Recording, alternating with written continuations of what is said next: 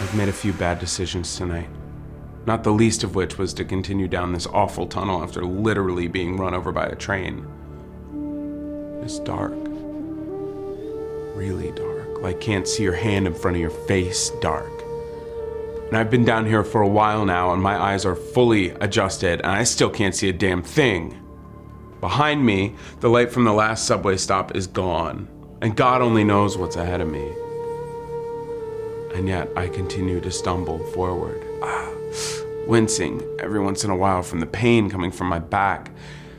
I'm afraid to touch it, to really know how bad it is. Sometimes not knowing is better, like when you're a kid and you slice your finger open or you get a really bad splinter and you're fine until someone points it out and then you're in the most pain of your entire life. I think a lot of pain is mental, so I just keep telling myself it's nothing. It's nothing. It's just a scratch. And I move onward into the darkness, drawn by something that I can't put my finger on. It's like a voice, but not like a brain feeling. Keep going. Yes, it's like a touch inside on my mind. I wonder if this is what brain surgery is like. I've seen those videos where the doctors push on the different parts of the brain. It makes people laugh or cry. Something must be pushing on my curiosity spot because I am moving forward with little to no hesitation. Whoa, when did it get so cold? There's no wind like when the train came, but the temperature must have just dropped about 10 degrees. And mostly on my right. Am I crazy or am I making out a shape in front of me now? If this abyss is a perfect black before me, then this shadow figure is a dark gray. It's tall and hard to make out, but I think it has a hunch. Either that or its head comes out of its chest, I can't decide.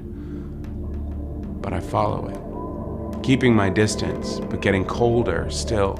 And I step carefully, moving ever so slowly to my right as this thing starts to move upwards and levitate towards the ceiling. And suddenly I'm falling, broken for a moment from its hypnosis, and I sprawl my hands out in front of me just in time to catch the stairs with the palm of my right hand and my left elbow and my shins, and I cry out in pain, "Ow!" And just as I do, a fluorescent light flickers for just a second on the far end of what I can only tell is a large room. A few more seconds of darkness, and then it flickers again. But this time, the figure is there underneath the fluorescence. Almost like a cardboard cutout, all hunched over and stoic in its black robe. And then darkness. I crawl to the top of the stairs, still experiencing excruciating pain, not only in my back from the ever-present reminder that this was indeed a bad idea, but now in my throbbing shins too, and in my hands, my elbow. I make my way up to the top of the landing and I force myself up to my feet. And the light flickers again, but this time there's nothing there. No shadow man. Instead, this time I catch a glimpse of the large round ceiling. Where am I? The light over my head splashes on and I'm blinded and I'm crouching, expecting to be attacked. But a second goes by and I remain untouched, so I stand back up and let my eyes adjust to the light. And for the first time since the train passed, I'm afraid. Truly afraid. Whatever was drawing me in, whatever was fondling my brain and seducing me forward was gone. And my back hurt way more than ever before, like the morphine drip finally wore off. I could feel my heartbeat inside of it.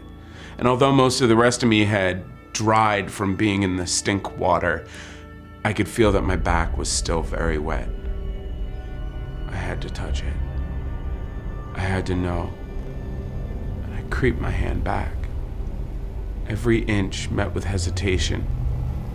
I knew knowing would accomplish nothing, but I had to touch it. I couldn't stand not knowing any longer.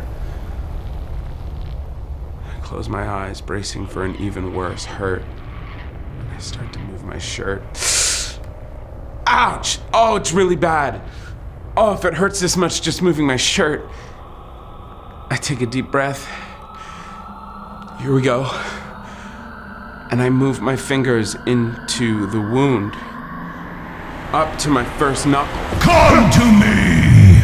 I leap out of my skin as the voice trembles and echoes through the station.